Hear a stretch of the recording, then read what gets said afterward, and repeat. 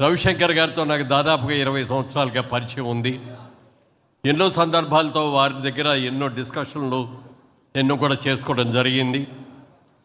మన తెలుగు దురదృష్టవశాత్తు ఆంధ్రప్రదేశ్ 2 ముక్కలుగా విభజన జరిగిన తర్వాత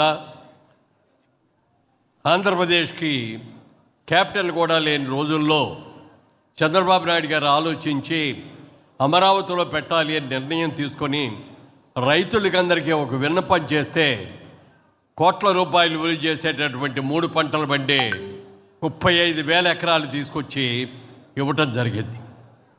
అలాంటి త్యాగమూర్తులందరూ ఇచ్చిన వాళ్ళందరినీ కూడా ఇబ్బందులు పెట్టి ఒక రాజధాని కాదు 3 రాజధానులు అని దాన్ని 3 ముక్కలు చేసి ఎన్నో ఇబ్బందులు పాలు చేసి ఎన్నో అవమానాలు చేశారు నా గత ప్రభుత్వంలో ఉండగా. మరి మేమందరం ఎంతోమంది సినిమా వాళ్ళు ఉన్నా మేము చేయలేని పని రవిశంకర్ గారు చేయగలిగారు.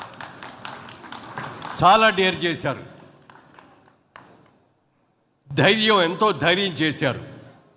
ఎన్ని ఒత్తిళ్ళకు కూడా లొంగకుండా ఆ సినిమాని పూర్తి చేశారు ఆయన. నిజంగా హ్యాట్స్ ఆఫ్.